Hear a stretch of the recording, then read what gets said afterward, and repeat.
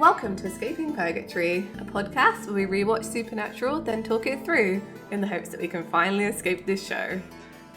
Join us each week and leave comments on upcoming episodes, and together we can escape Supernatural Purgatory. Hey! Hello! We're back. We are, yeah. Another week. Another week. Another episode. Probably, do you think it's the most memeable episode of this season? Yeah. I think I've literally seen most of this episode in GIF format. Like... I agree.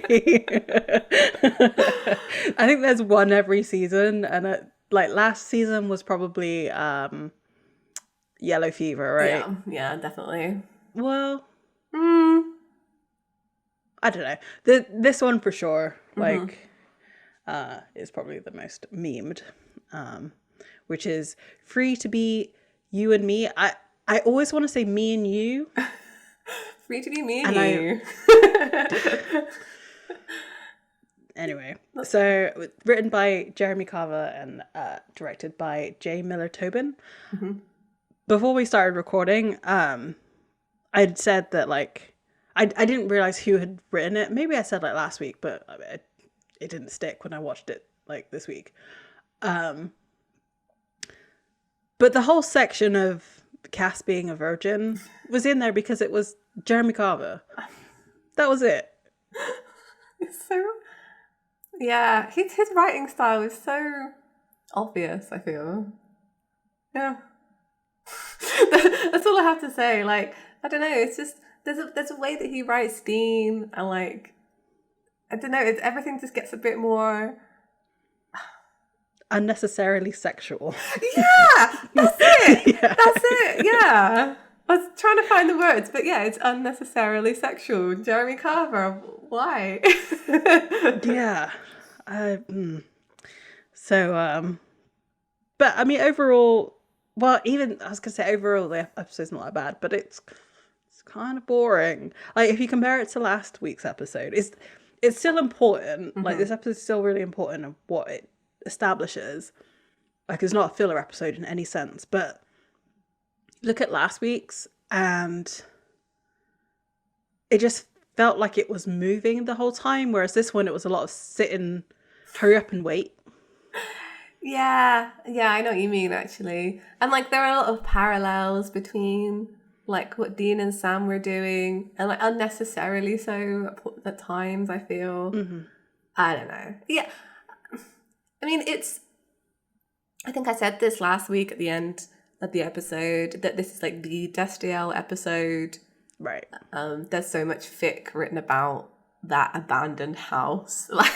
I did do a quick AO3 search, and this is very just crude. So I clicked on the tag for Supernatural, then clicked on the Castiel and Dean tag, and then I just searched for Free to Be You and Me. And there's over 200 just based around that episode, but there's more that I know. I know there's more.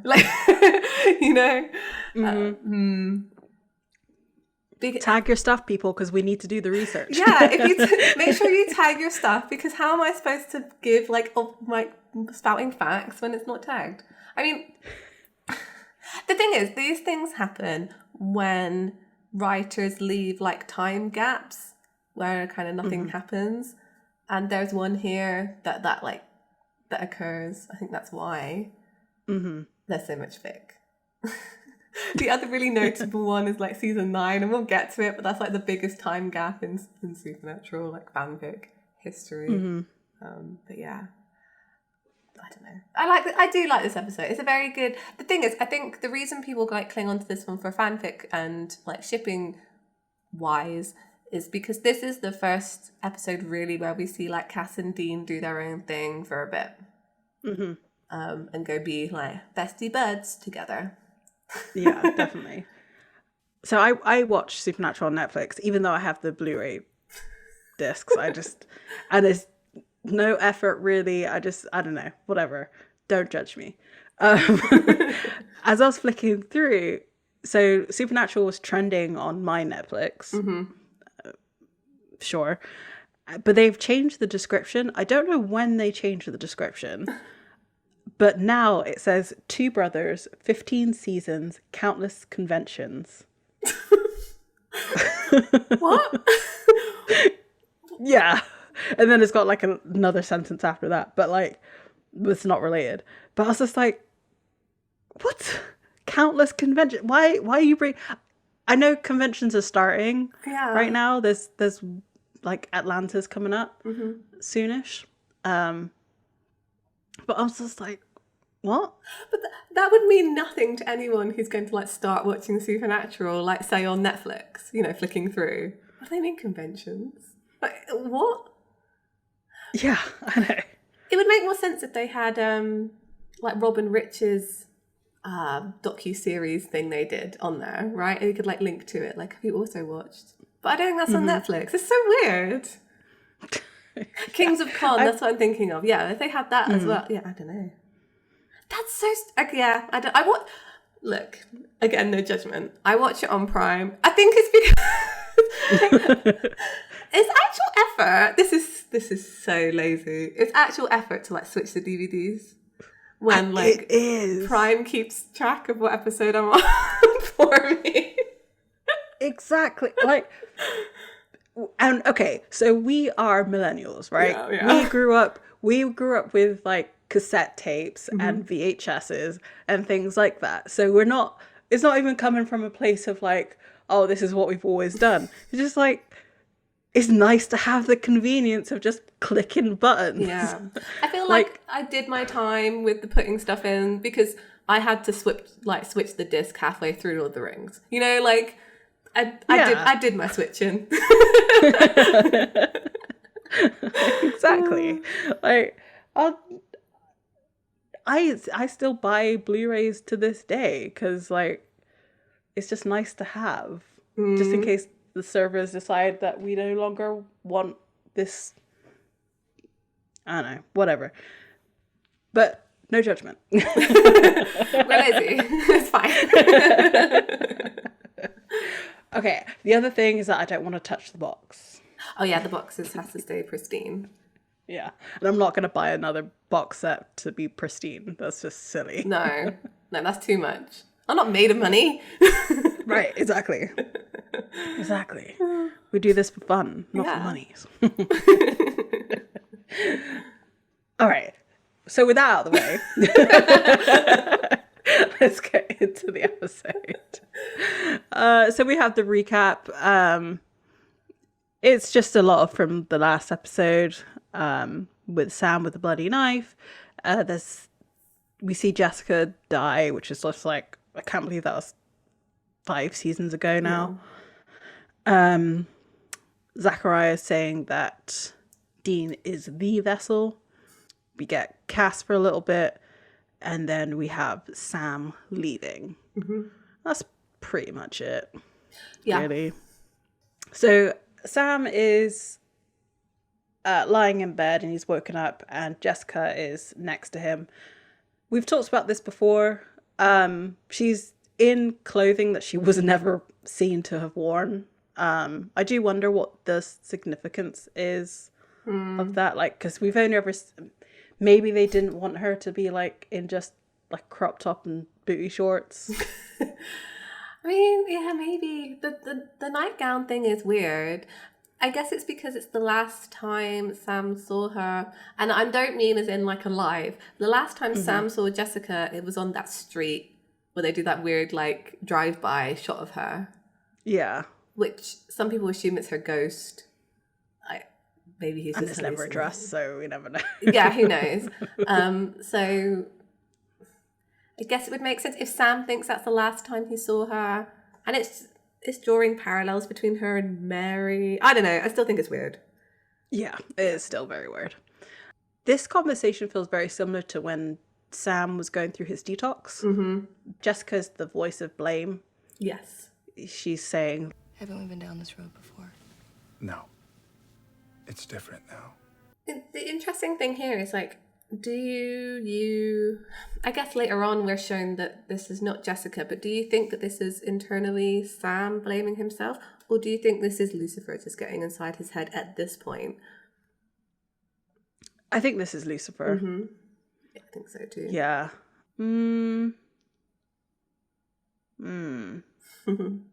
Actually, no, I do think it's the detox thing because of what happens at the end. So this is, they do a time jump for no real reason, because of what happens in this episode of him having a bit of demon blood come into his system. I do think it's that again happening, and that would imply, I don't know. I forgot about this time jump. What is the point of that in this episode? So wait, because okay, well, I know I'm skipping ahead a little bit, but it says 1 week earlier. So is this conversation the same conversation with Jessica that he's having at the end of the episode? No, because he's shirtless in this scene. I was so confused. What's the point? What's the point of it? I have no idea. I actually don't know why. Because it nothing, like, no, I'm really confused now. Why is it 1 week earlier to him seeing, I guess, okay, all right. So maybe, let's go with it.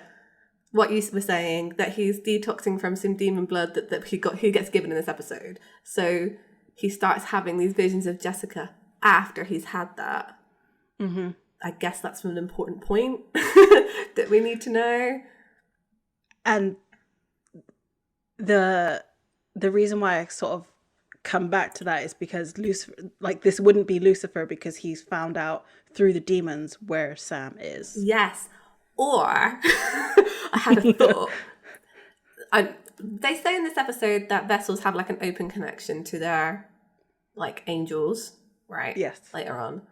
I wonder if it's because he drank some demon blood that he like opened the connection between him and Lucifer for him to find him like mentally, if not physically. Yeah, you might be right on that one. Well, it's not addressed. It's not addressed, and like that is, this is like Charlie Day in front of the white like lines kind of thinking. Yeah, I know. Like, we should have to put this much work into figuring out why this is 1 week or like later, earlier, time jump, whatever. The episode makes total sense without the 1 week earlier anyway, because he could have just been seeing Jessica because of the guilt, you know, of starting the apocalypse. Like, maybe he's just having Jessica dreams now because he's feeling a bit guilty. It goes into what she's saying here and what they're talking about. Exactly. So yeah, I mean, it's not so, she, like I said, she's laying on guilt, and that's pretty much the end of the conversation. She says, Baby, the people closest to you die. Well, don't worry, because I won't make the mistake again. Same song, different verse. things are never going to change with you ever. And then Jess is gone. Yeah, there's a lot of resignation from Sam in this, like, you know, calling himself a freak, where he was so against that before. Like, he used to get really upset about it, and now he's just like, yeah, that's who I am. Mm-hmm. Yeah. It's just, yeah, you're carrying a lot of guilt from starting the apocalypse, and this whole episode is kind of about guilt, I guess, as particularly Sam's guilt. Mm-hmm. I would say it's even about guilt in Dean's storyline as well, actually. We'll talk about that. Yeah. I have to say, the opening of this after the prologue is like one of the favourite. I forgot this. This had been completely wiped from my memory. I didn't even know this song was in Supernatural, because it's a montage over Lynyrd Skynyrd's Simple Man, which I love that song so much. So much. So as soon as it came on, I was like, and then immediately after the episode was over, I went to go listen to the Jason Mann and Jensen Ackles cover. Yeah, it's a good cover. It's a great cover of that song. It really I actually is. think I prefer it to the original, which is Saying Something, as some of these classic rock songs. I love this. I'm going to go through some of the shots that they show. They are great, with the parallels between what Sam's doing now and what Dean's doing now, because Sam's trying for his simple life. You know, he's got a job as a bartender, whereas Dean's still hunting. So it shows things like Sam going around and getting his stuff out the back of the car, and then it cuts to Dean taking his weapons out the back of the Impala, and it shows it the same setup in the same shot. It, you know, I did like this one where it's like Sam kind of like setting his fake IDs and stuff on fire to get rid of them. And then Dean showing his ID to get into a hospital. There's like, I think the absolute best one is Sam cutting lemons. And then like Dean cutting up a vampire. And then they both do like a head wipe. Like Sam's like, oh, cutting these lemons is so hard. And then Dean's like wiping blood off his face. Yeah, it's pretty good. I like it because like he didn't need to like wipe his forehead, but because of the parallel, it just makes it look like the exertion of cutting these lemons. Yeah, like earlier in the shot, like he's carrying like dishwasher crates for the glasses. Like that would have made sense, but then they can't do the knife cutting thing. Yeah. So it's just like, yeah, it's great. It's great. I think if you haven't seen this one in a while, go back and watch it because it's good. Like it's I liked it a lot. I think my favorite in the sequence is actually the next part where Sam wipes down the bar and then Dean's wiping down the Impala. Yeah, because he killed that vampire on the trunk, right? So it's just like, oh, just get a bit of blood off the Impala, rust it. Yeah, it's great. We're introduced during this as well to a character called Lindsay, not by name, but she's about in this. Like we see another waitress who's eyeing Sam up while he's there. So yeah, she's important later on. And then we cut to like the Impala driving, and then Dean ended up in like a motel room, and he's doing the Winchester wash of his face. And as he goes like down into the sink, like when he comes back up, like Cass is behind him, like classic horror movie. It's great. I need to have a look when we watch this through as to when Dean stops jumping when Cass disappears. So Cass does this for fun, right? Oh yeah. He knows it. This is his level of humor is making Dean jump. Yeah. I think so too. Because of how often he does it. The thing is, like, some of the things that Cass says in this episode, he does understand Dean's humour, and I think half of it's him pretending that he doesn't. It really is. Do you know what? I wondered as well. So I'll go into it and I'll tell you my thoughts. So, Don't do that. Hello, Dean. And as he turns around, Cass is like inches from his face. And he says, Cass, personal space. Like, and we've talked about this. This is the first time we've heard this. Yeah, that's true. Well, this is my thought with this, because the shot is, and I've never really thought about it in depth before. So it's a static shot of them stood together, and then as he says personal space, Cass says my apologies, and then Misha actually like backs out of the shot, like it doesn't move at all. And I wondered if this is like a commentary on some of the directing styles that we've seen before, where they're all really close up to their faces and like really close together. And I wondered if this was just like Jeremy Carver like taking the piss. It could be. Yeah, I didn't think about that. I'd never thought about it before, but I actually watched the scene and I was like, because it was just him backing out of the shot where I was like, is he taking a piss? Is he actually like making a comment about this? I just thought it was funnily shot. I mean, again, memed to death. Like I've seen, everywhere, ever. I think it's got to be the looks, right? It's the way that Dean like just doesn't quite look at his face. He's sort of looking down at his chest and sort of flicking up at his face a little bit. And it's like, because I'm just trying to imagine in my situation. I guess it might be different for women. I don't know. But having someone stood next to you so closely, my instinct would be for me to step back, not to just stand there and just look at the space and just be like, look, we've talked about this. It's more like, look, we've talked about this, but like step back as you say it.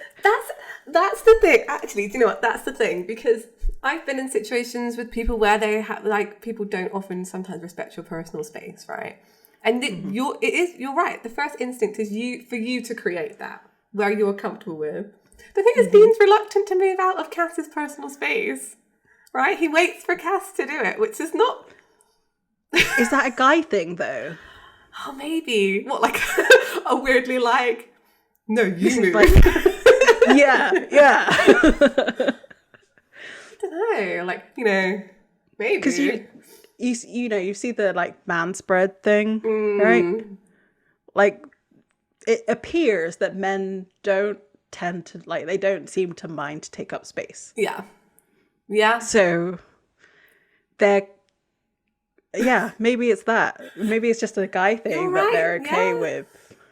I think, yeah, because I say, yeah, we're socialized to give space, and maybe, oh my gosh, we're getting in some kind of like gender politics here. I know.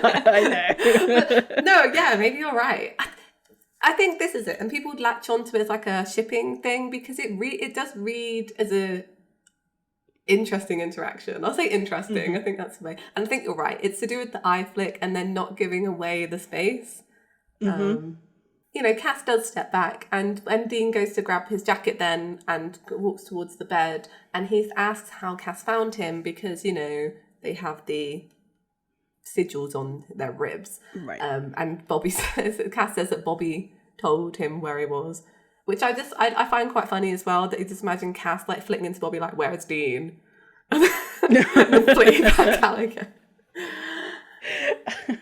And like, I don't know how much detail Bobby would give. Like, wouldn't it be more like he's at the such and such motel, not like he's in room 101 of such? And You're so right. How many motel rooms did he flick into, like, invisibly? This is how you know Cass does this as a joke, because he went in loads of different motel rooms to find Dean, like, you know, invisible as he can do, and then found Dean and decided to appear directly behind him, or like not make himself visible until he was directly behind him.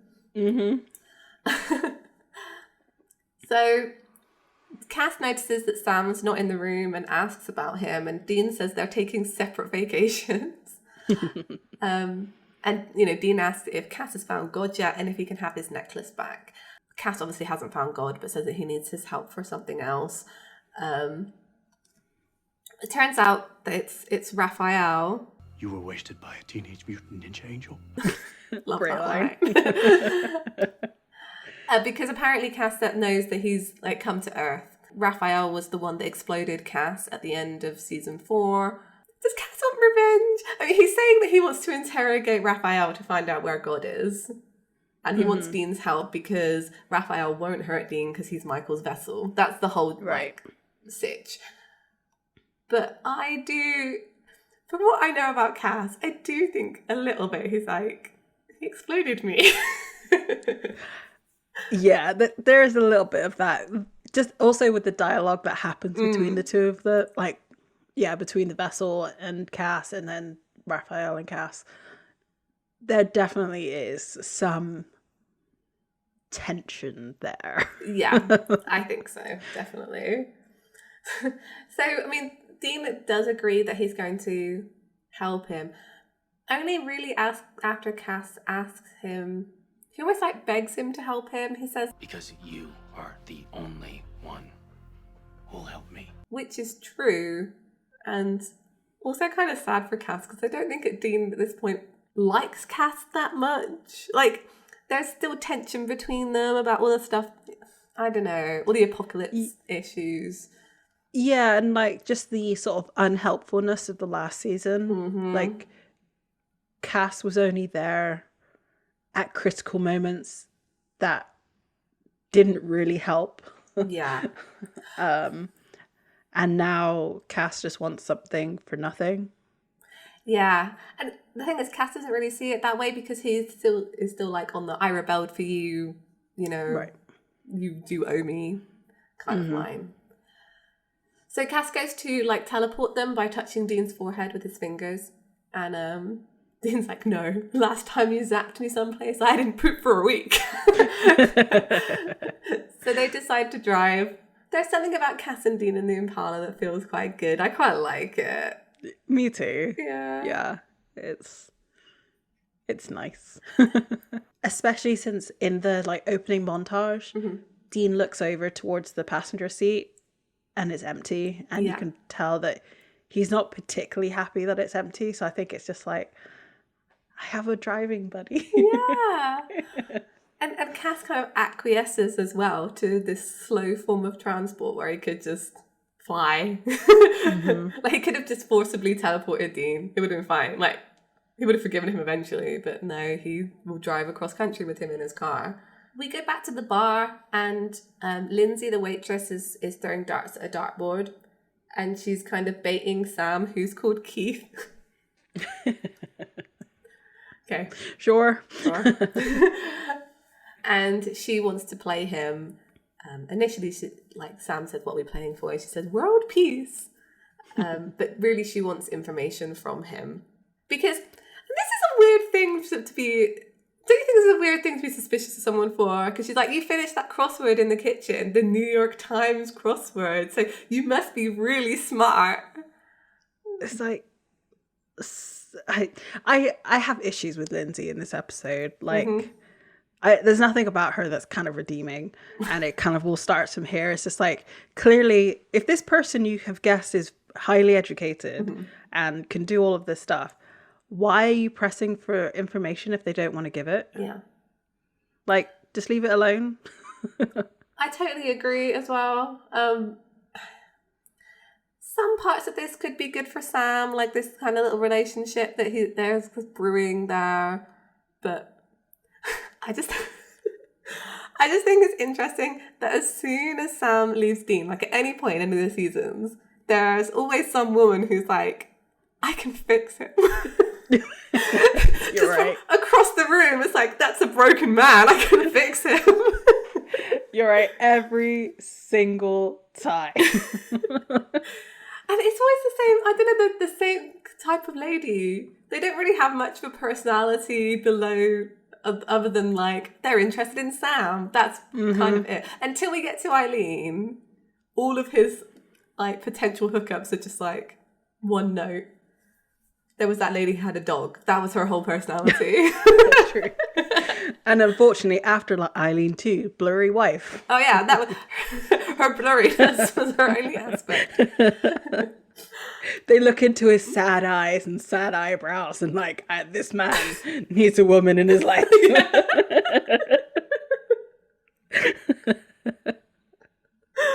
Oh. And the thing is, like, no one's immune. Like, most of the women in Supernatural think they can fix Sam. Yeah. The only time it's been reversed was with Madison, right? Yeah, that's true. Sam thought he could fix her werewolf problem. Yeah, sad times.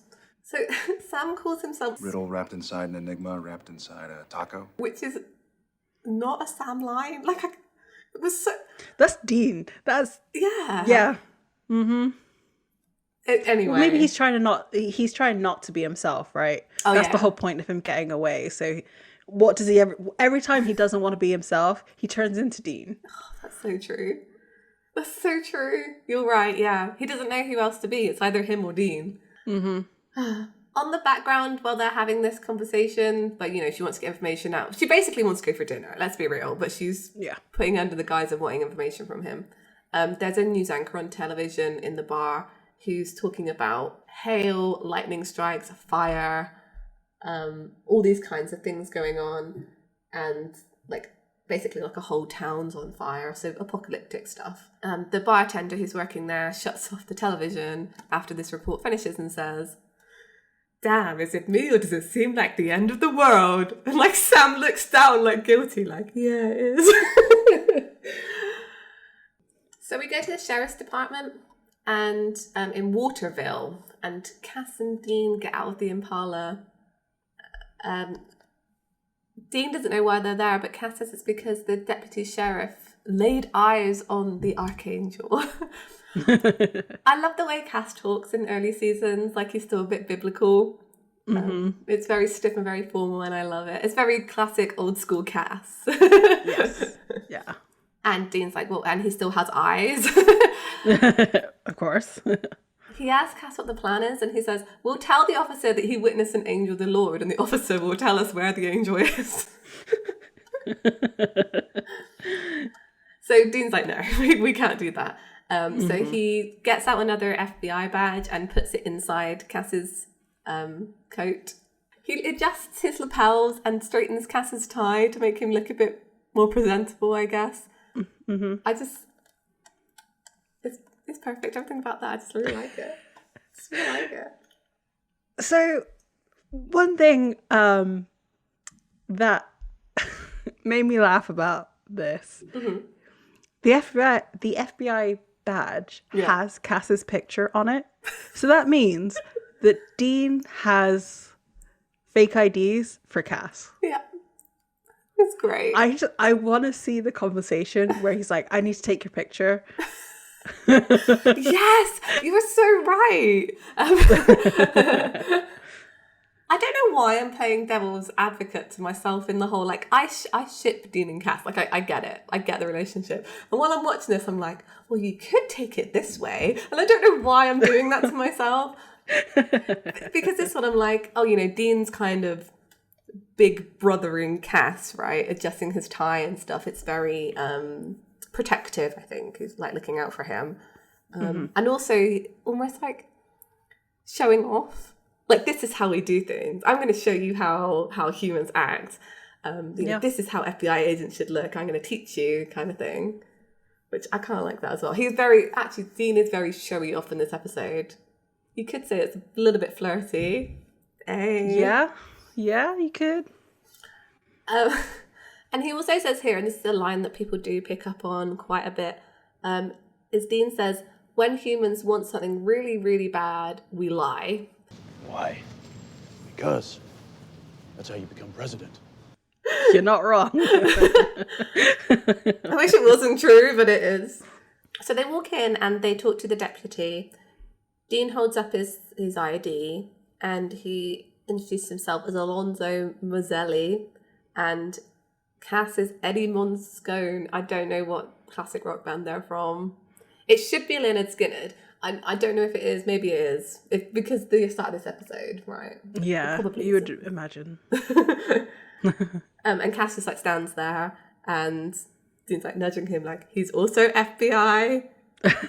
Also, and eventually Cass like pulls out his ID and it's upside down because he didn't know which way to flip it.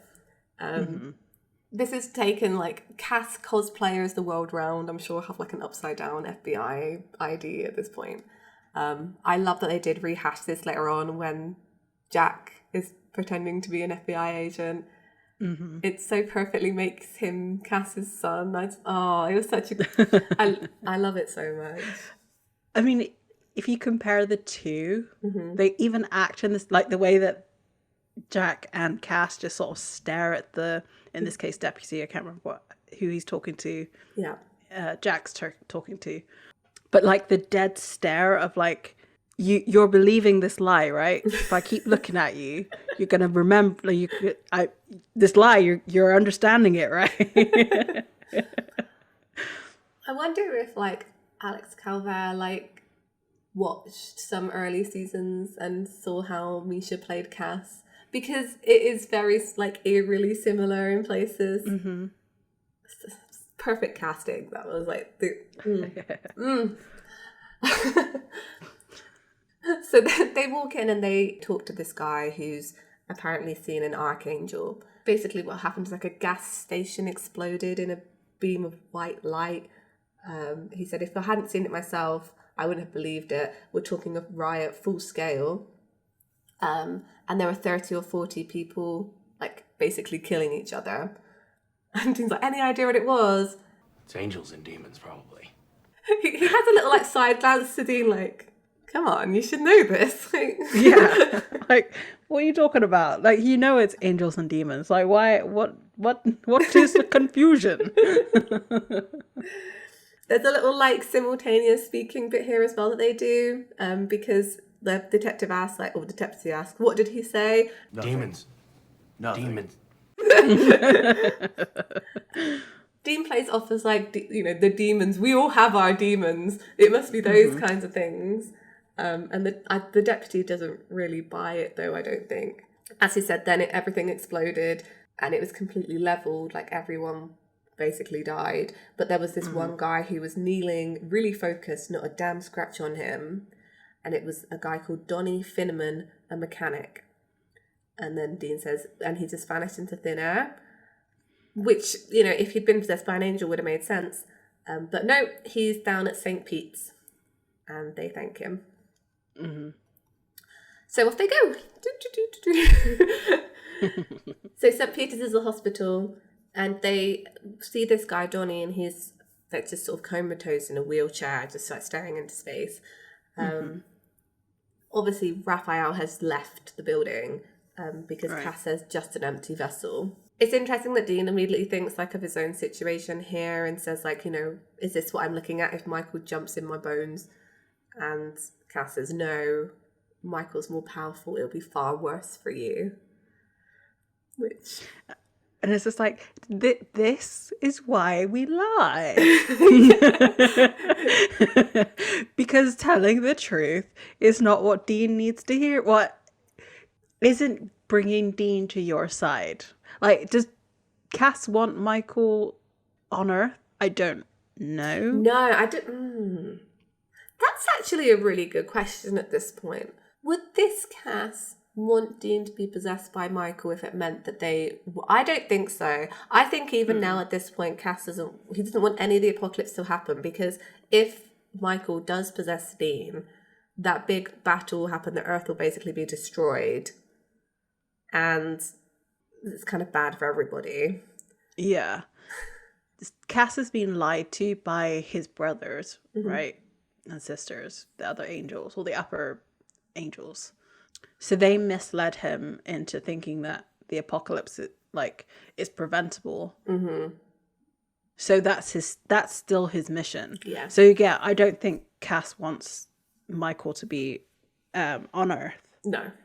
Because he doesn't want the apocalypse to actually happen, which is why he's going after God rather than to try and stop Lucifer in a way that doesn't cause the apocalypse. I mean, it's basically like his brothers are fighting, so he's going to go find his dad to like tell him off. Like that's pretty much Cass's plan at this point, to stop it all. Yeah, even if the apocalypse happened and the angels won, it would still be bad for Cass because he's betrayed them, he's rebelled. Right. So he's either going to be killed or imprisoned for all of eternity. That's not a good thing. Nope. We come back to Sam and he's on his laptop and he's looking at the Book of Revelation. You think he would know it by now. He is a smart boy. And he thinks about ringing Dean and he doesn't, and he rings Bobby instead. Bobby asks where he is and says he's in Garber, Oklahoma.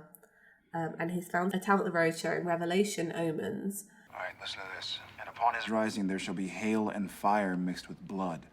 Which, so when we were going through it earlier, the blood comes from the fight. Yeah. And like that just clicked. I was like, that's actually really smart because the revelation actually comes true. Yeah, it does. Which, you're right, yeah. Yeah, I never really thought of that. I thought like raining blood.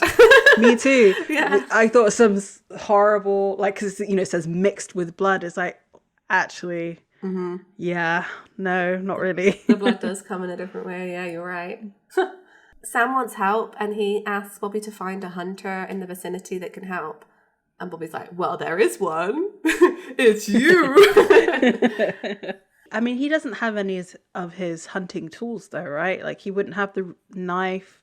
I mean, he doesn't have his guns or anything.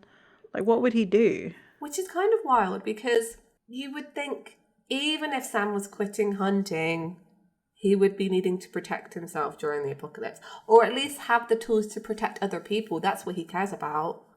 Yeah. You know? But yeah, I guess he was out. He's quitting hunting cold turkey, just like he's trying to quit the demon blood. Right. For Sam, I would say that hunting is almost like another vice, because we see that in a Mystery Spot when, Dean dies eventually. Right. He uses hunting as a coping mechanism. So maybe he feels like he does need to completely quit it to take away any kind of chance of being in any, in the vicinity of demon blood ever. Sam says that he's sitting this one out, and then just puts the phone down on Bobby. He's also cutting contact from him as well. I mean, I do admire Sam in his resolve. He saw a problem. He's like, I'm going to fix it. Bye, everyone. Yeah. The thing is, the same situation happened with Dean in the genie dream, in that, you know, he saw a newscast and was instantly drawn back in. He's never going to be able to not be drawn into hunting in some way, because he, like you said, he wants to save people. So he's going to inadvertently look or hear about, you know, at least like ghost hunts, vampires, like the other elements of hunting are still going to come up in every day, because the only way that's ever not going to be the case is if he forgets everything, which he hasn't asked anyone to do for him, and he never asked anybody to do for him. And I feel like that's the only way that he would ever be able to stop hunting, is to forget that monsters exist. Yeah. Well, there used to not be anymore. They totally could have written that at the end. For Sam, I think this is the, like, because I thought about this before, like, he would never actually be able to get out of hunting because of the reasons you said.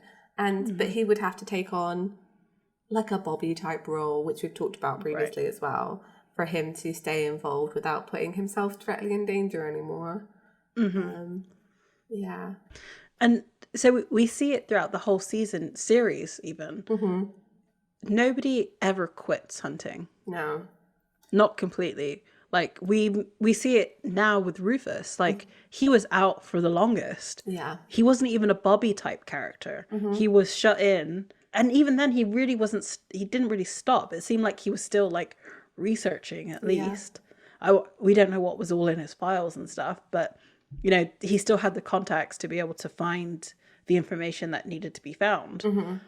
So, and then even, like, if you look at Garth, who became a quote-unquote monster, he didn't stop hunting. No. Maybe there is no out. This is it though, isn't it? Like, is it that I'm slowly coming around to understanding why they wrote the finale, why they did? Because there was no out. No one ever had an out. So why should they get an out at the end? But they did. They made their adoptive son God. Yeah. That should be the out. That is the ultimate out. Like, he has the power to stop everything. Like, he can make monsters no longer exist. I think people would have been fine with that, to be honest. Had they said that Jack cleared everything out and, like, or, like I said, made them forget that monsters ever existed. Yeah, that's true. Like, actually giving them the gin dream, basically. Huh. I don't know, man, anymore. Look, can't get into this today. But it's something to think about. Yeah, something to think about. The thing is, it could have been, like, Jack could have even said something like, you've always thought there was never an out, I'm giving you an out. You know, that kind of thing. I'm giving you the ultimate plot armor. You will never die. Yeah, here we go. You'll never die. The end. They never died. That's funny. So stupid.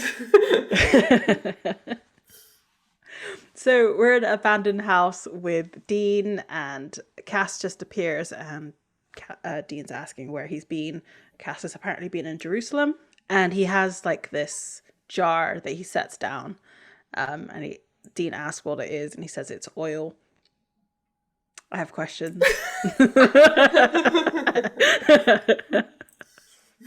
Oi. It's very special, very rare. Right. So it's holy oil, right? That's because it's happening in Angel. It's very special and very rare, but like they definitely have buckets of it later. So, okay, we know that Cass is cut off from heaven right now. Yeah. So maybe that's why it's really difficult to get, because like in heaven it's quite readily available. Oh yeah, like maybe he can't make it because he's not technically holy at the moment because he's cut off from heaven. Yeah. Let's go with that. I like that. That's fine. This kind of got lost to me. Like, he's talking about a ritual, but like there's no mention of a ritual or anything. It's just like, no, you're right. It's basically Cass shouting "Come get me" and then trapping Raphael when he comes. And Do you think there was supposed to be like some kind of ritual in this episode? Because even like Cass saying that it's harder than trapping a hurricane with a butterfly net, like it wasn't that But hard. it's really not. Yeah, the things were cut. Especially, okay, I'll point out another point where I think something weird has happened. And it's a little bit later on. Supposedly it's used for a ritual. Okay. Dean is asking if there's any chance of surviving this, and Cass is like, well, you will. So odds are you're a dead man tomorrow. Yes. So what are your plans for your last day on Earth? And Cass is like, oh, just I'll sit here quietly. Okay. Just like be in your presence. And Dean has the attitude of season 1 Dean for some reason. He's like, come on, anything, booze, women. And Cass looks uncomfortable. Dean starts to question why he's uncomfortable. Yeah, I've been with a woman before, right? Or an angel at least. Cass like rubs the back of his neck and not giving an answer. Says some really dodgy things, which I'm not going to repeat. 2, you are not gonna die a virgin. Not on my watch. Yeah, they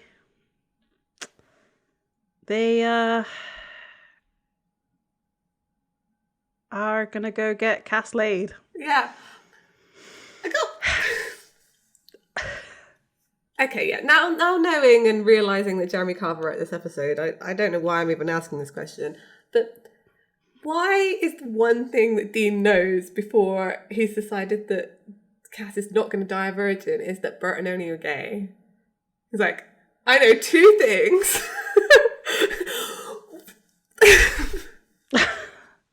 Why?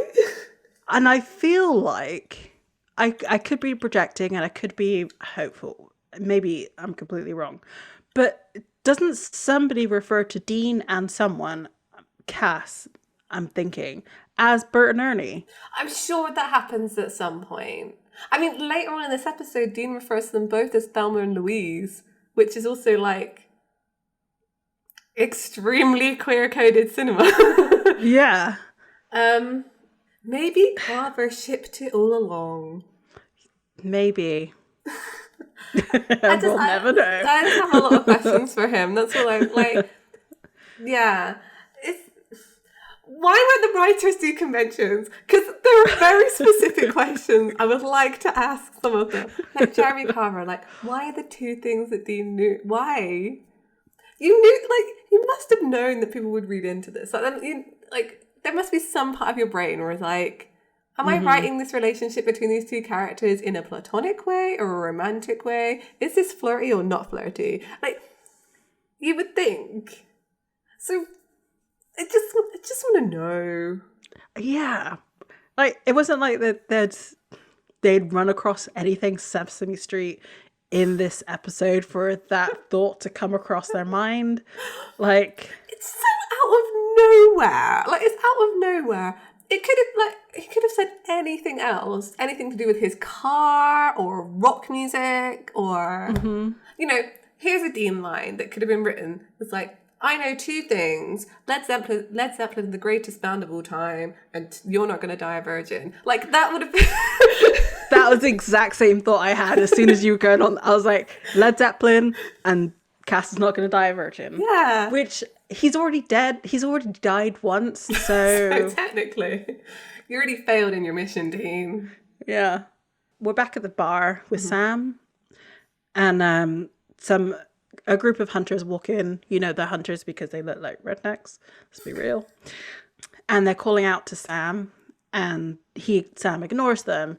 And Lindsay overhears that and says, What happened to Keith? What? He called you Sam. Yeah, Sam's my middle name. Keith Sam? One of the other hunters says, well, actually, it's Samuel. It's not quite as dumb as it sounds. And I get where they're trying to go with this conversation, like the double layer, like, oh, they're hunters, but they're hunters. Yeah. To me, it kind of falls flat. I don't know why. It was just like, maybe it's because of the attitude of this group of hunters. They don't come across as like particularly friendly. They come across as like I think I wrote like, do they know that Sam started the apocalypse already and that they don't really like him, or is it kind of like Sam and Dean are like the jocks of hunting, as in like, you know, the top of the hierarchy, so people kind of not look down their nose at them, but like judge them quite harshly. I wonder if here it was, have you called us out for a job that like is not worth your time, right? Because why isn't Sam taking on this job? Because he thinks it's like beneath him or something. I think that's where the attitude is coming, something like that, which ties into your like hierarchy-ish, you know, thing they have. Yeah, exactly. So they have a little bit of a back and forth about the demons in the area, and the main guy, Tim, he's like, that's fine in theory, but you know, we need all hands on deck, especially with all these demons. And Sam's like, I'm sorry, I can't help you. And they want to know why, and he just says it's personal. Look, Sam, no offense, but what baggage is so heavy it can't be stowed away for the freaking apocalypse? True. When the baggage is that you started the apocalypse, I'm pretty sure you can get away with anything. So true.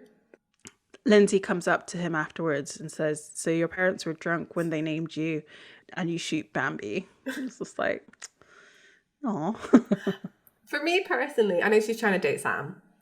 For me personally, if I found out that someone was trying to date, like, hunted for sport, no, man. Can't vibe with it. Like, it's no. She is in the Midwest though.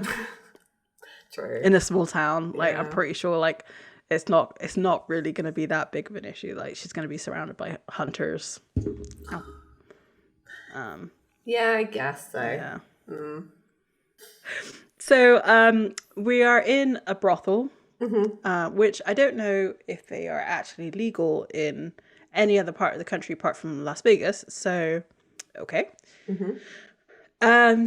Cass is very, very nervous. He looks terrified. Yeah. And I thought it's because he was surrounded by women, but it's because he's in a den of inequity. That would be the thing. And Dean's like, well, don't worry about it. You know, you rebelled against heaven. This is just a perk. So a woman approaches the table. You know, they have the conversation before the deed. Yeah. So this woman's name is Chastity. I can't say the word, but yeah. And he's like, wow, is this kismet or what, buddy?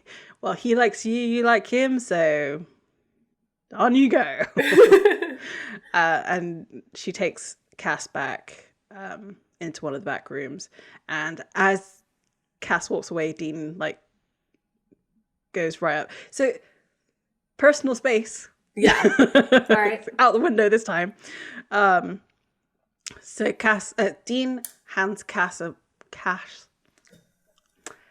Dean hands Cass a wad of cash. That's like a new like tongue twister. Let me try and say it. Dean hands Cass a wad of cash. That's really hard to say. Take this. She asked for a credit card. No. And just stick to the basics, okay? Do not order off the menu.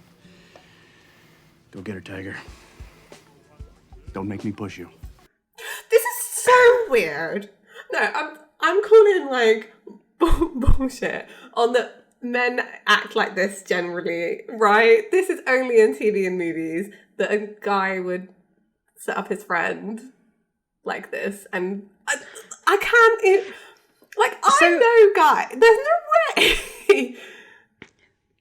This is quite progressive, actually. Like, if you think about the sort of internet culture that we have right now, the idea of going to a brothel and paying for sex, Yeah. like, if you suggested that to anybody who was looking to get laid, they would go off their rocker. Like, they would go absolutely insane. So it's just like, yeah, you're right. In no real world does this happen. It is only ever in movies because nobody wants to pay for it. No. Let's be real. Nobody wants to It's pay. just like, That's why when, like, okay, so yeah, I live in the UK. A lot of lads, mate, cheeky Nandos, go to Amsterdam for stag do's, right? But you know full well that they don't actually go into most of the establishments and pay, because most of the things to see are in the windows in Amsterdam, right? Mm-hmm. So basically what I'm saying is people are cheapskates and no one would pay for their friend to get laid. I agree. To get laid, yeah. It's just, I don't know. It's such an odd thing, right? Because also, previously, Dean's been very against sex workers as well. Like, he's actually made the point before of like, I don't pay for sex. And he actually has said that line, I'm pretty sure, in Supernatural in the first 4 seasons. I don't know. Jeremy Carver, man, it's wild. I guess they wanted an easy way to have this interaction without it being like, because if you imagine this was at a bar, it would never work because Cass is too awkward. Yeah. There's like, he doesn't know how to talk to people, not just women, just people in general. So there would be no way for him to be able to pick up a woman. So it makes sense that they would go to a brothel. Yeah. I think what we said at the beginning of this episode, like, kind of stands. I think it's unnecessarily sexual. There could have been, because they wanted to set up of like Cass and Dean being like bros, right? Right. So why didn't they go and like shoot some pool at the bar and like drink loads of beers and like, or you know, Dean could have taught Cass to hustle poker, which would have been hilarious because Cass has like the best poker face ever, right? I don't know. It's just an odd choice for me.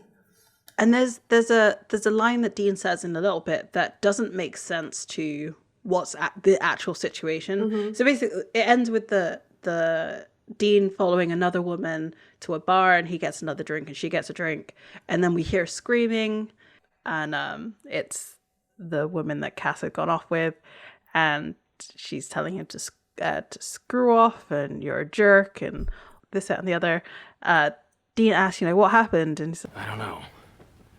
I just looked at her in the eyes and told her it wasn't her fault that her father, Gene, ran off. It was because he hated his job at the post office. and then there's a line that like needs to go die in a fire. Yeah. Dean says this whole industry runs on absent fathers. It's the natural order. No. No. No. And as they are finishing up this conversation, 2 bouncers come in. Obviously, the bouncers took a long time. Yeah. Like if something was really bad happening, how did Dean get there before the bouncers? I don't know. No. And then they run out the corridor and out the emergency exit.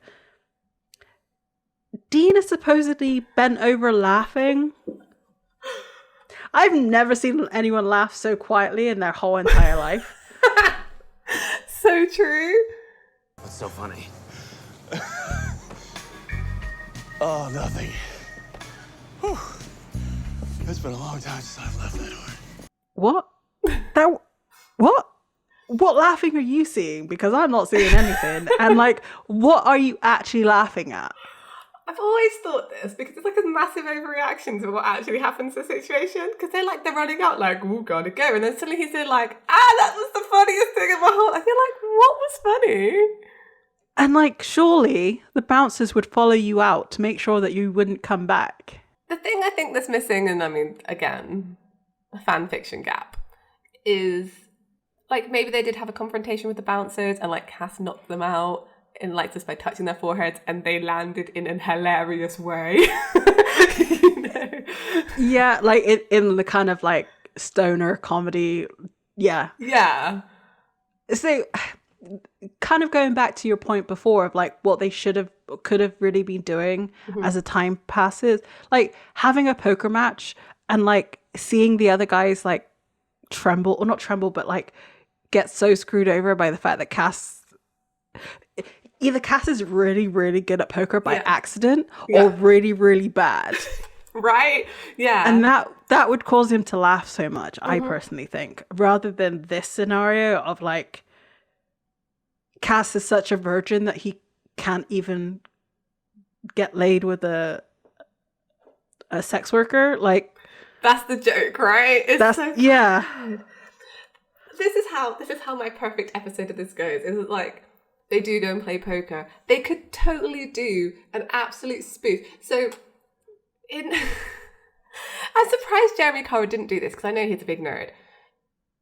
In Star Trek Next Generation, they play poker matches and like they have like the whole visor and everything, and like including Data is the dealer because obviously he's too good at poker to play with them, right? Right.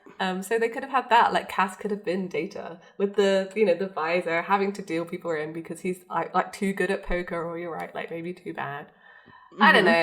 I mean, I do really like this moment of them laughing in the alley, even though nothing hilarious has happened. Right. It's like, it really does feel like we've missed the joke, and like Yeah. we are literally there to be in on the joke, and we don't even like. Yeah. I think it's almost like seeing Dean from Cass's point of view for a second, because it's like, why is this human acting this way? Why is he laughing? I don't understand what was funny about this situation.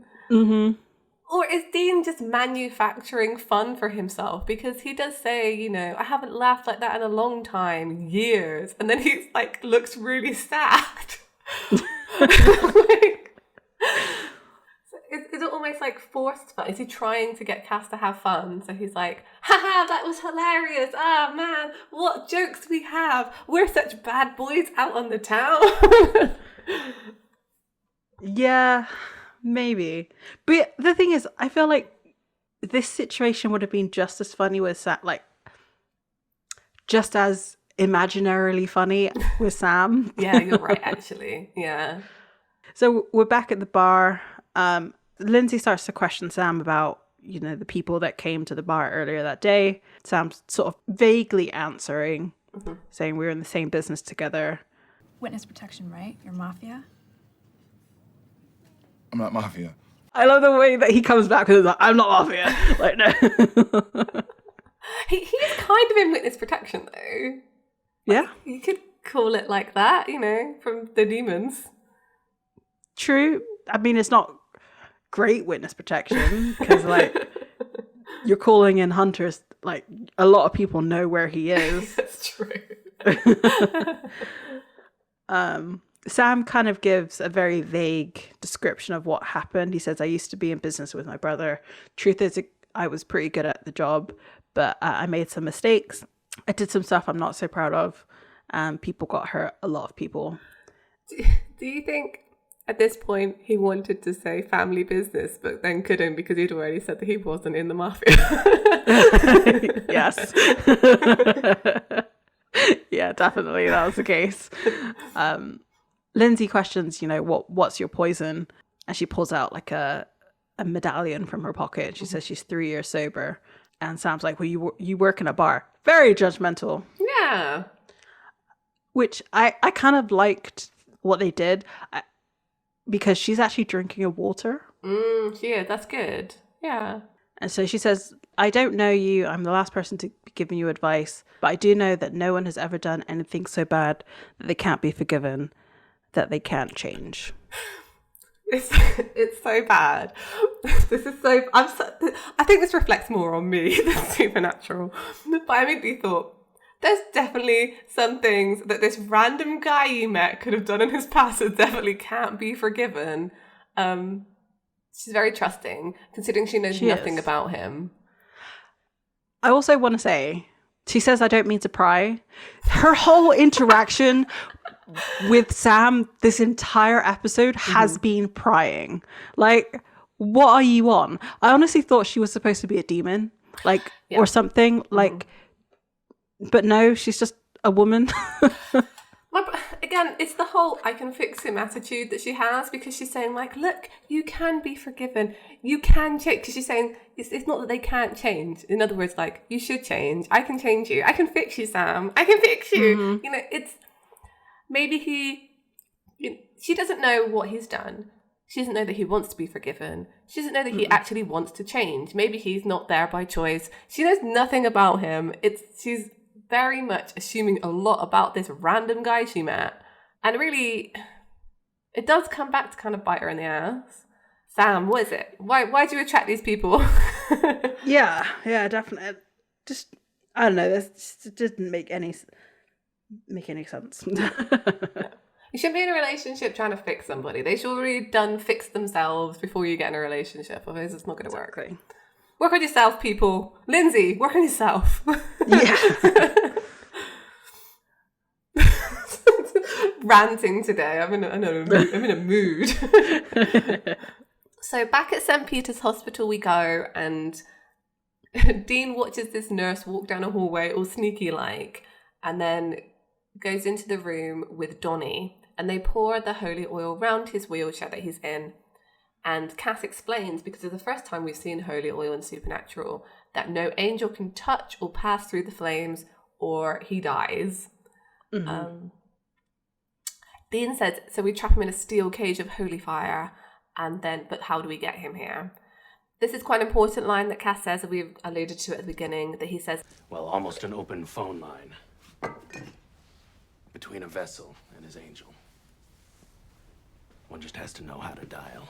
So before he says that, he says very simple. Mm-hmm. What happened to catching a butterfly in a hurricane with a net? That thing, yeah. Also, like, how does Cass know how phones work? Well, he's used a cell phone a few times. Yeah, he's learned. You're right. It's just like, okay, no. I do have an issue with this, because Dean would have said something like this, and Cass would have been like, I don't understand, you know? I don't know. It's just a very colloquial way of speaking for, I guess he's like dumbing it down for Dean. Like, it's actually way more complicated, like celestial light and all that. And he's like, it's like a phone line. He took the fact that he called communication between angels angel radio. Yes. Mm-hmm. And turned it into that kind of. That's so true. So Cass leans down and like chants an Enochian into Donnie's ear, and then ends it with, I'm here, Raphael. Come and get me, you little bastard. Yes, I love a badass Cass.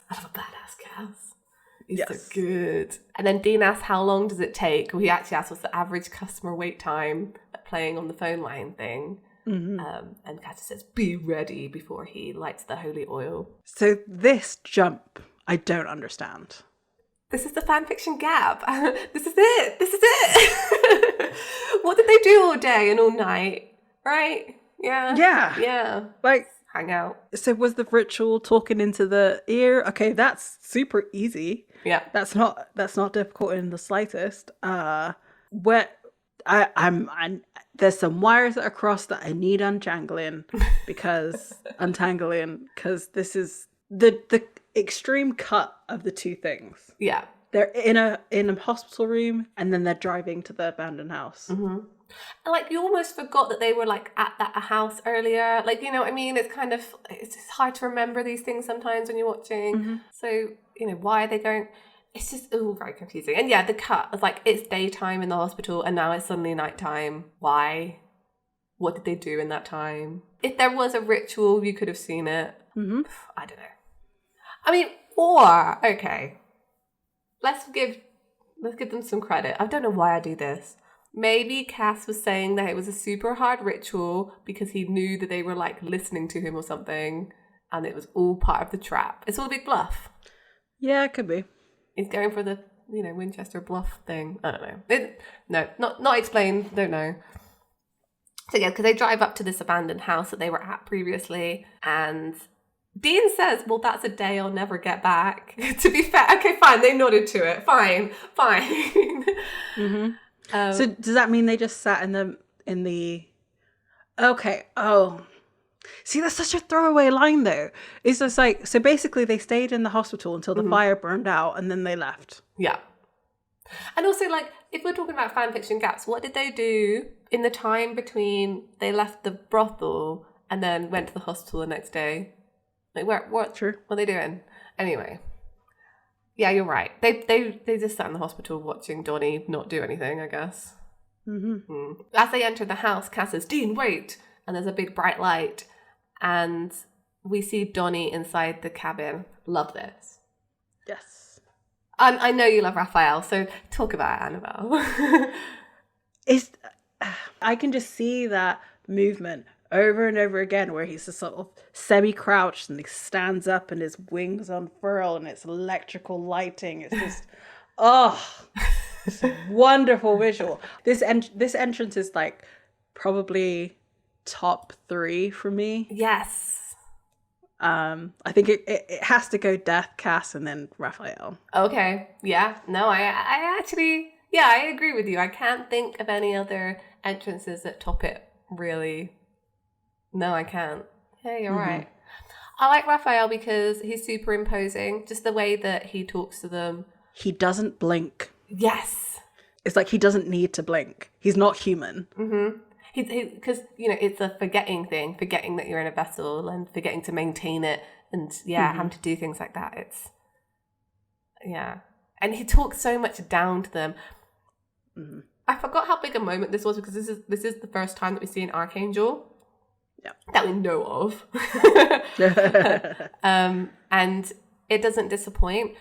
I can't think of any other times that angels have come in and had these kind of like arcing wings of electricity or something's happened like that. There's never another entrance of an archangel like this.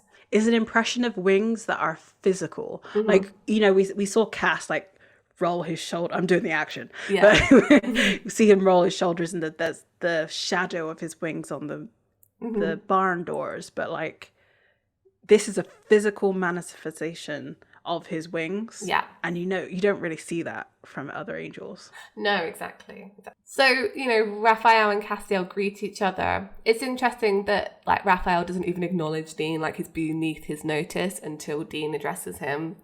And Dean says, like, I thought you were supposed to be impressive. All you do is black out the room. And then Raphael says, and the Eastern Seaboard, which is pretty fun. Again, interesting, because he's apparently not walked the earth in like millennia or whatever. He's like, I know what the Eastern Seaboard is. It's fine.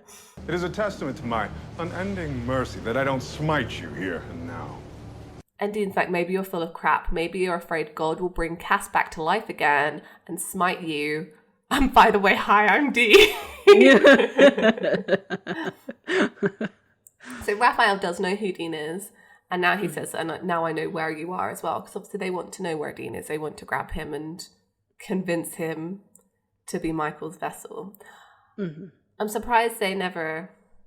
Maybe it's because they're angels. They do try and convince Dean in various ways over this season. But I feel like it's never really very direct, if that makes sense. Like they're not sort of grabbing him like, say yes. Well, they presume themselves better than demons, and I feel like that's a demon attitude. Yeah, you're right, actually. They want him to want to say yes. Mm-hmm. And they know that he can withstand 30 years of torture. That's true, yeah. I think it's right, and yeah, I think it's a prideful thing, you're right. You know, Cass does say, like, you won't kill him, but Raphael says, I will take him to Michael. But then Dean, all cocky, grabs the beer and says, you're not going anywhere. Raphael does still taunt him while Dean's looking all like drinking beer, ha ha ha ha, saying that when Zechariah, you know, gave them stomach cancer, all the horrible things that he could do to him.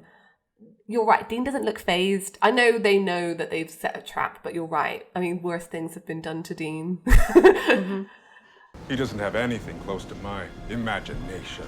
And Dean replies, well, I bet you didn't imagine one thing, that we knew you were coming, you stupid son of a bitch. And he lights the holy oil. Well, look at me, it was his idea. He says this is Cass's idea as well. Really like dropping him in it, like, don't look at me, I didn't do anything here, it's Cass. And when Cass asks where God is, Raphael says, God, didn't you hear? He's dead, Castiel, dead. Dun dun dun. Oh. If only. Right? We go back to the bar and Sam's like working, wiping down tables and things. And when someone comes in, he calls them the bar is closed, but it's Tim. And he's angry. He, you know, says to Sam, something you want to tell me? And, you know, when Sam says no, he's like, are you sure about that? Sam asks where Reggie and Steve are. And Tim doesn't just say they're dead. He says, Steve's good. His guts are lying outside the hall. He'd 5 and dime. He never said what happened to Reggie. I guess it's Reggie's not dead. Reggie's not? Oh no, he's right. He'll come back. Yeah, right. So Tim knows something. He wants Sam to say it. And it explains what happened to them. That they went into town. They caught a demon. Got jumped by 10 more demons. Steve died. But then the demon told them some things about Sam. Sam does say demons lie, but Tim wants the truth. And then in comes Reggie with Lindsay hostage, and he has a knife to her neck. She's like, what's going on? This is the first time we hear Lindsay's name in this whole entire episode. That's true. She's just been miscellaneous woman. Yep. Yep. So we're back at the house, the abandoned house with Cass, Dean, and Raphael. And Raphael makes the same argument of like, if God was alive, then he would do something about the 20th century. Mm-hmm. I mean, the thing is, like, he says a line here, and it's like, do you remember the 20th century? I think the 21st is going to be any better. And it's just, we're all sat here in 2022, like, yeah, almost a quarter away into the century, and it's not looking too hot. Dean obviously makes jokes, and Raphael's not having it. Yeah, who would be so proud to know that his son started the friggin' apocalypse? Raphael's like, he ran off and disappeared and left no instruction. Like, he's really butthurt. really. Dean has a callback to what Cass said to the woman of the night, lady of the night, that he didn't happen to work at a post office. You're living in a godless universe. And? Well, you and the other kids just decide to throw an apocalypse while he's gone? Throwing a party, I threw an apocalypse. And Raphael says, we're just tired. We want paradise.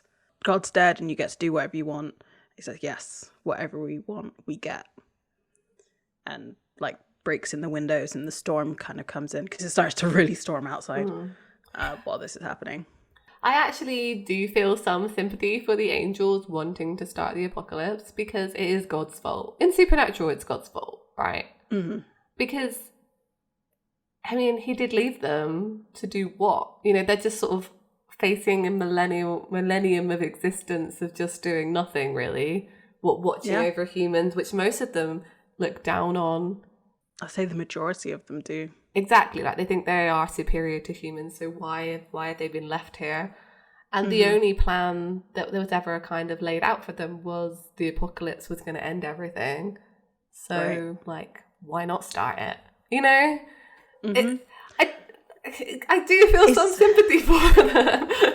Yeah, it kind of makes sense because also with what Raphael said here, like looking at the 20th century. Well, if you look at the 20th century, we had some pretty horrendous wars, killed a lot of people. Yeah. So, it's not a particularly fun place to be. So bringing, I say good, quote unquote, good people to have like part of the rapture and all that kind of stuff, right? It kind of makes sense that they want to, they may not like humans, but they understand that God loved humans, but they want to save the good, quote unquote, good ones. So yeah, like burn it all down and let paradise in. And that's it. And like the thing is, both hell and heaven both think they can win. Like, so like, oh yeah, the end goal is that they get what they want. So why not start it? I think it's interesting the point that Supernatural takes where it's showing their like superiority complex and like people, like humans do this, don't they? It's like, well, why not? Quite an interesting parallel, especially when they're talking about, the wars and things in the 20th century, etc. It's very much this kind of thinking sometimes, like, why not? And who cares about the fallout? Right. Yeah. But yeah, I felt like in this very short scene, they very actually quite well lay out what the angel's point of view is, I think. Where before it wasn't it was kind of understood, but I think the, missing God missing father is the Yeah. main point. Exactly. And I guess it leans in, like, it lends itself to the deception that was in season 4 of, like, it was only the upper angels that knew what was going on, and like everybody else was lackeys. So now that we have the top at the top, basically, or in supernatural hierarchy anyway, that, I mean, I'm sure it's Michael, Raphael, well, no, yeah, that's it, Michael and Raphael, who are leading the charge in starting the apocalypse. Yeah. Like, if Michael is as strong and as powerful and all of this as, you know, the angels proclaim him to be, why wouldn't he want something to do? Like, he can't go on Earth because there's not a vessel strong enough to contain him. So why would he care about what happens to Earth? He's been in heaven for eternity, essentially. So why not start some shit? Right. Yeah, this is it. I'm kind of with him on this. Because, and it also, again, like, one of the themes of Supernatural is all about destiny and playing into your destiny. Well, Michael's destiny is to defeat Lucifer in the apocalypse.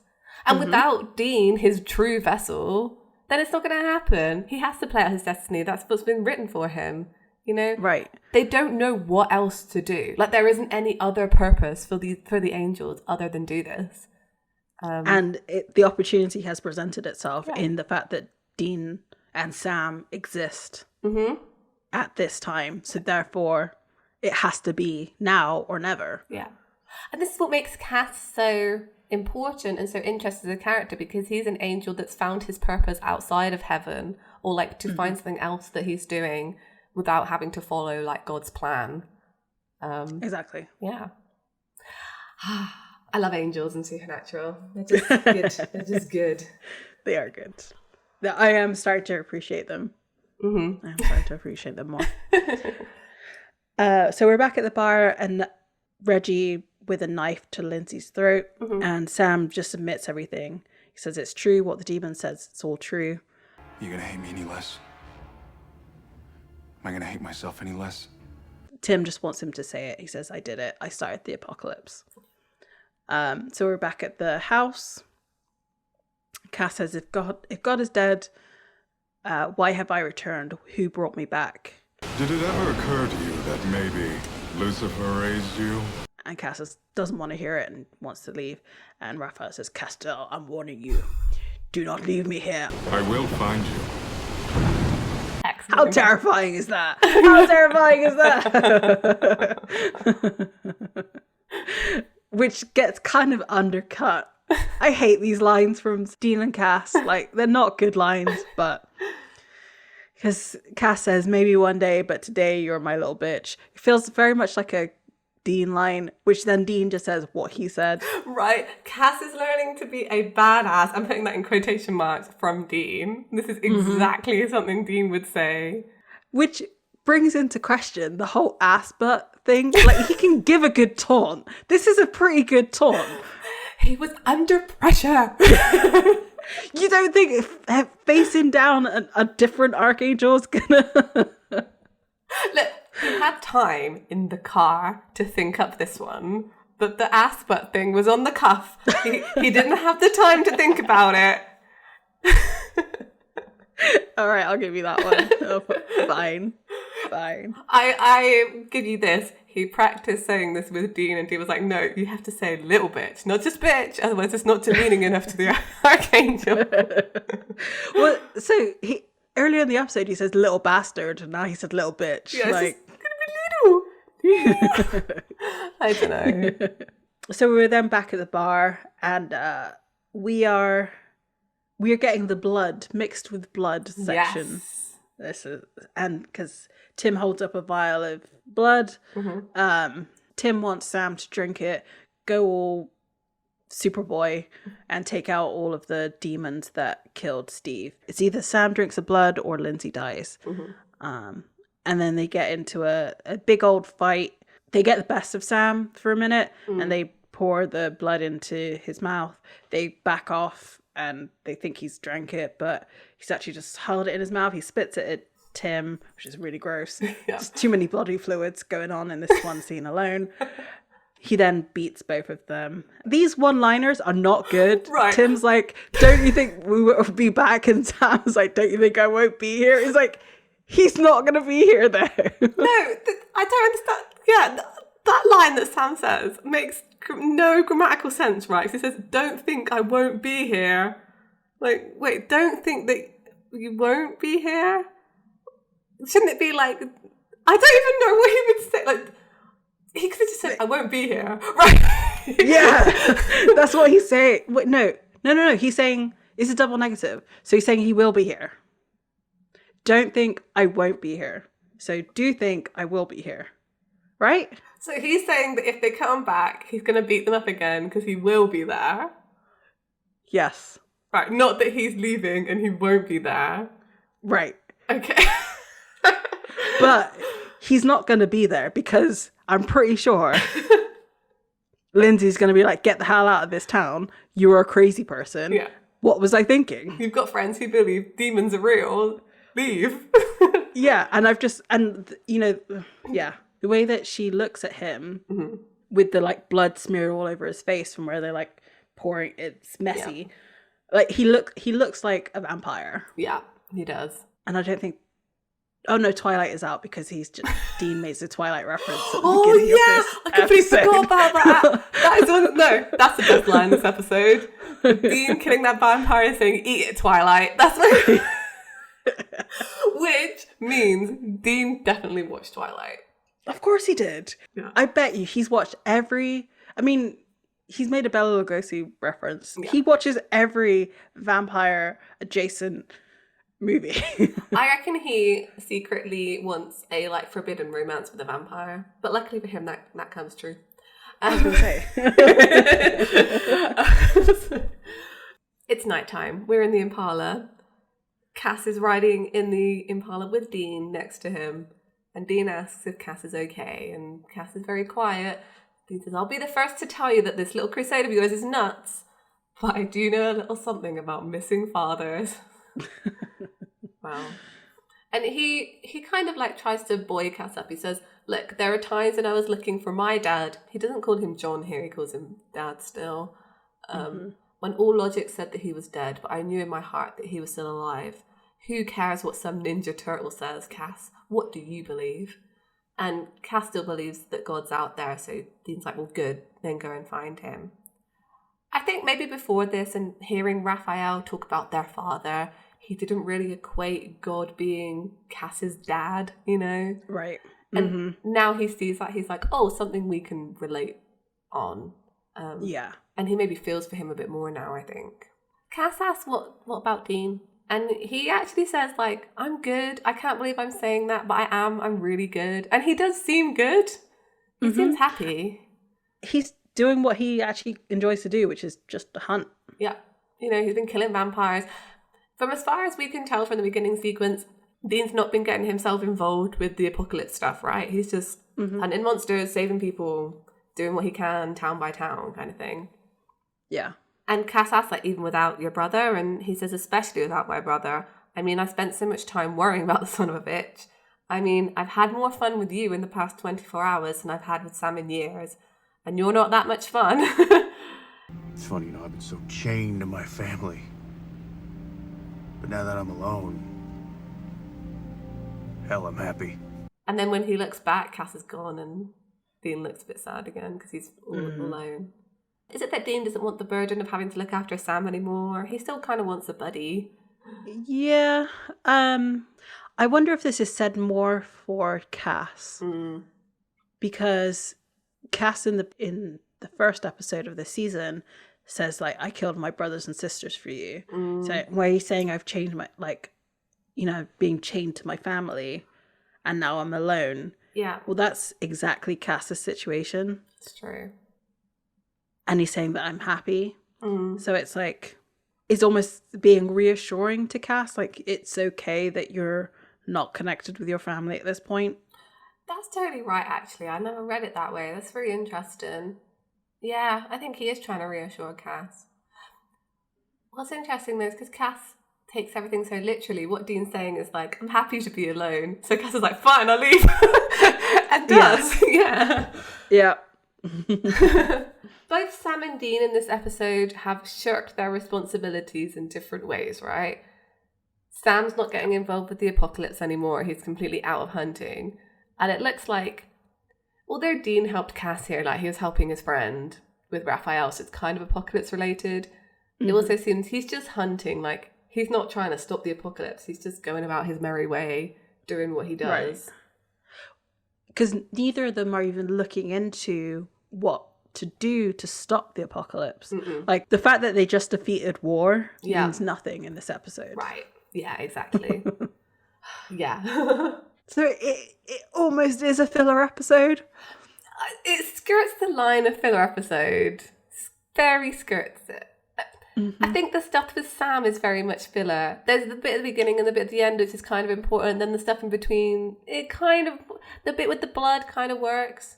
I mean, he did have the resolve to spit out that blood rather than drink it. That's true. He may have taken a little bit, but he definitely got rid of it.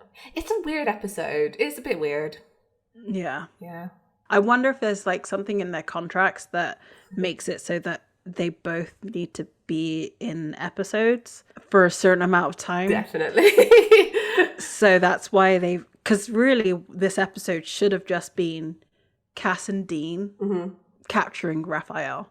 Yeah. That's what this whole episode should have been, but they had to have Sam in it in some way. It would have almost been more impactful because now they're separated, which is never really done before properly, like not by choice often, is if they've done an episode of like an amicable Cass and choice. Dean. Yeah, that's right.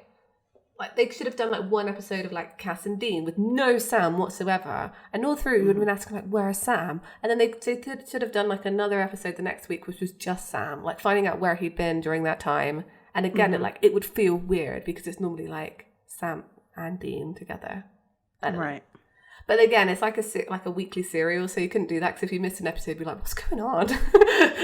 Yeah, that's true. So the last scene of this episode, we go back to Sam's motel room. Presumably that whole week has gone back. No, we're not going back to it. Is the next night after that first time that Jess came to it. Yeah, let's go with that. Because he's way more familiar with her. Yes. That's the reason why I say that. I agree with you. You're right. So Sam's asleep and Jess wakes him up by going like, Sam. And he wakes up and he kisses her on the neck and she rolls over to face him because they're like on the bed together. And she asks him like, is this your life now? You think you can just live with your head buried in the sand? You know, she kind of like strokes his face and Sam says that he loves her. And that he misses her and says, but you're wrong, you know, people can change. Because at the beginning, she had been saying that he can't change. He's just always going to be a freak and he's going down a dark path. And he says that there's reason for hope, which Jess says, like, no, there isn't. Yeah. And then we see her turn into Nick, as we know is Lucifer. What's weird is that it happens while Sam's turned away from Jessica. And then he's just like behind him, like, hi. With the hand on the shoulder and everything. Yeah. Like, wouldn't the well, I guess it's not real, so the pressure wouldn't change. Like, because someone's hands feel different, surely. They do. You would know a different person's hand. Yeah, you're right. Again, this does mean that Sam definitely, like, did all those things to kiss Lucifer on the neck. And then he like, stroked his face. How can you be so sure? Because you freed me. Obviously, Sam turns around and sees him and like starts backing away. And Lucifer's like, you know who I am. You're a hard one to find, Sam. Harder than most humans. I don't suppose you'd tell me where you are. Sam does recognize him as Lucifer and asks what he wants. Lucifer says, thanks to you, I walk the earth. I want to give you a gift. I want to give you everything. It's so jarring for me now, like having watched all of Supernatural and seeing Lucifer be all like cocky and like whiny and annoying, to see him here being all like, the word is smarmy and like salesman-y. Yeah, I'll give you everything, you know. There's like, about Nick not being able to contain him, like, without spontaneously combusting. You're the one, Sam. You're my vessel. My true vessel. This is where we find out that Sam is Lucifer's vessel, right? Did we know this is the before? first time. Okay, No. good. It's difficult to know sometimes when we find out information. Mm-hmm. Sam's like, no, that will never happen.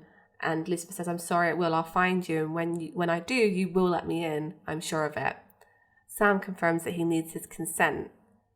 And Lucifer's like, yeah, because I'm an angel. This is my Lucifer. Just like that. Yeah. Yeah. Lucifer's not my favourite character.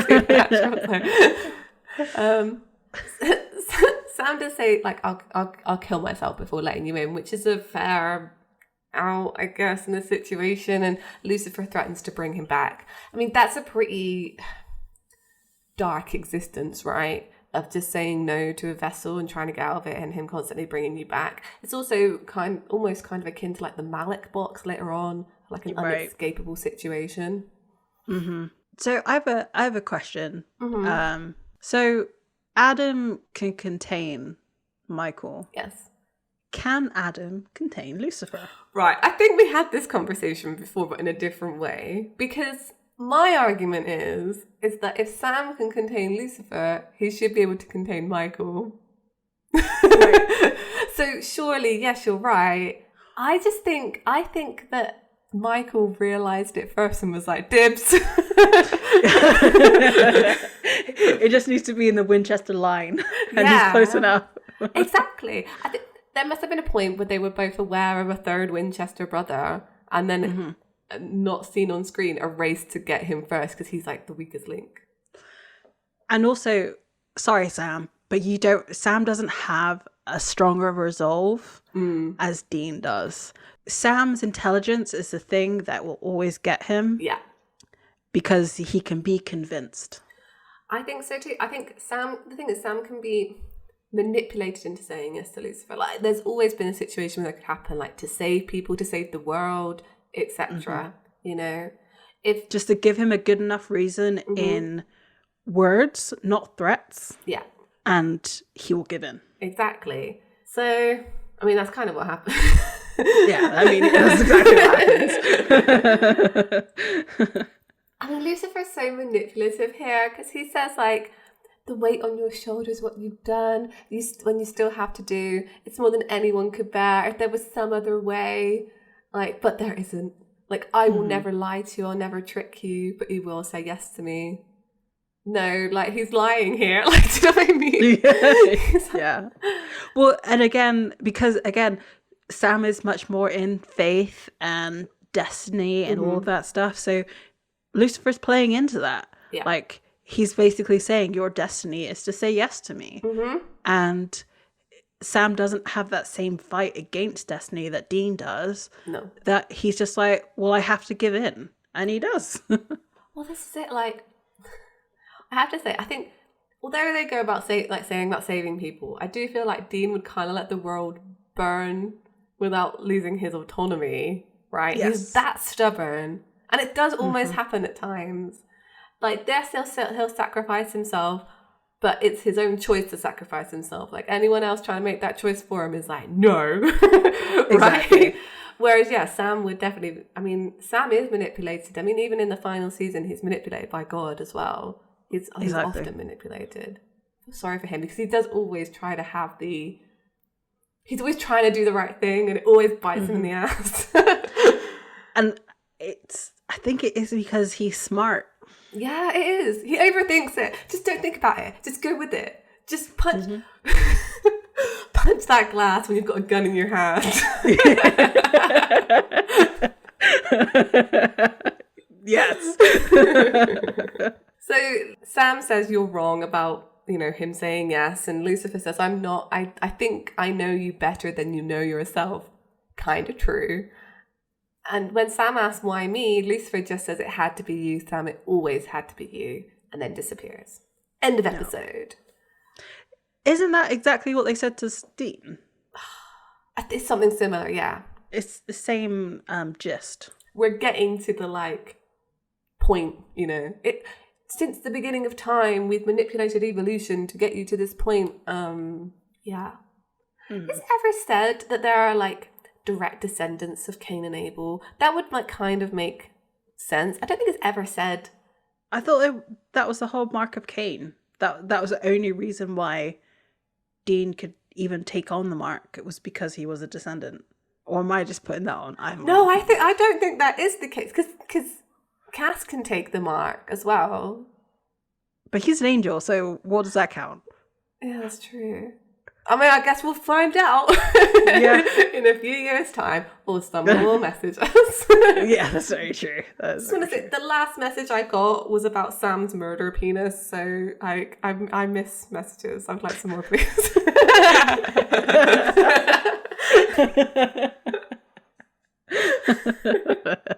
Well, we're back being active, so I'm sure that'll be the case. Yeah, please, send me more. I enjoyed that one. Yeah, I mean, this episode, it's one that's really cited in the Chronicles of Destiel because of the whole like missing time, won't let you die a virgin thing. Like that's the Bert and Ernie. Yeah, Bert and Ernie. Thelma and Louise, which I didn't mention here, but that's definitely said here. Yeah. It's a lot.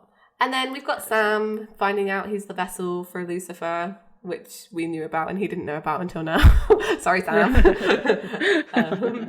Oopsie. And yeah, the whole guilt thing and not being...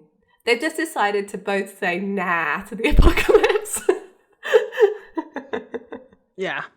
Yeah. Yeah. At some point, like... This is such a bad analogy. I don't know why I'm thinking it. If you accidentally start a fire, at some point you have to let someone else deal with it.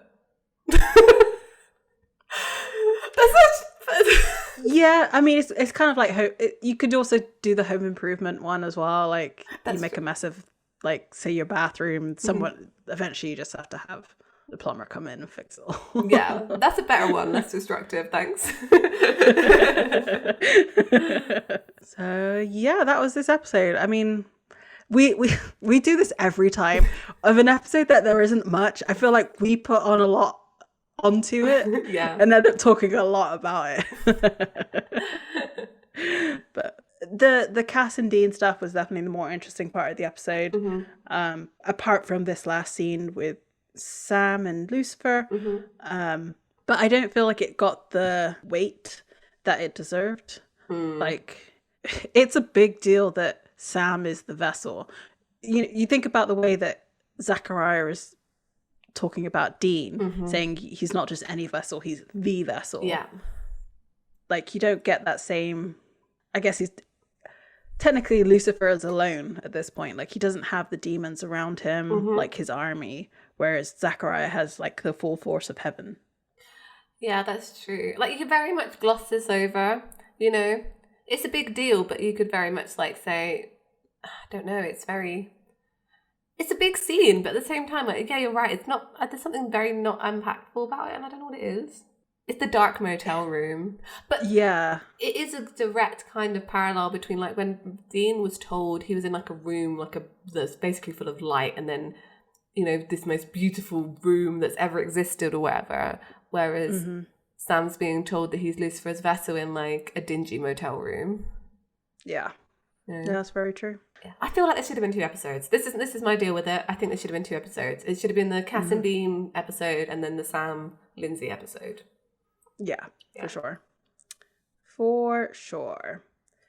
So next week, or the next episode, is the episode that was sponsored, or I don't know what, but like the theme, I don't know, of the last convention I went to, which is The End. No, I for some reason thought this was episode 5. Is it seriously the next one? It is the next one. Such a long episode, Annabelle. Buckle in, buckaroos. If I said there was a lot of fan fiction written about this episode, it has nothing. Nothing on how much has been written about the next one. Like, it leaves it in the dirt. Yeah. Yeah. Well, it's going to be... Maybe we can find another number. I will. I'll find a number. I love a post-apocalyptic storyline. Like, it's my favourite thing. I read so much post-apocalyptic, like, fiction generally, like sci-fi fiction. I don't know what it is. I like the hopelessness of it. Burn the world down and then rebuild it in a different kind of way. Well, I think that's it, isn't it? Like, I like... It's nice because, like, yeah, it's post-apocalyptic, but you still see people being people doing stuff. Yeah, maybe it is hopeful all along. Definitely. All right, so at the end of the episode, I'd like to thank the Pixel Agora for his amazing logo art. You can get it on a variety of different things on our Redbubble store. You can also follow us on social medias. Look for the Escaping Purgatory podcast on Facebook, Tumblr, Instagram, and YouTube. You can watch these episodes there too. Not with our faces, but we're there. Or Escaping Podcast on Twitter. Yes. So this week, we took 2 separate paths through Purgatory, and they all kind of ended up at the same place. So next week, hopefully we can find our way up. Bye! Bye!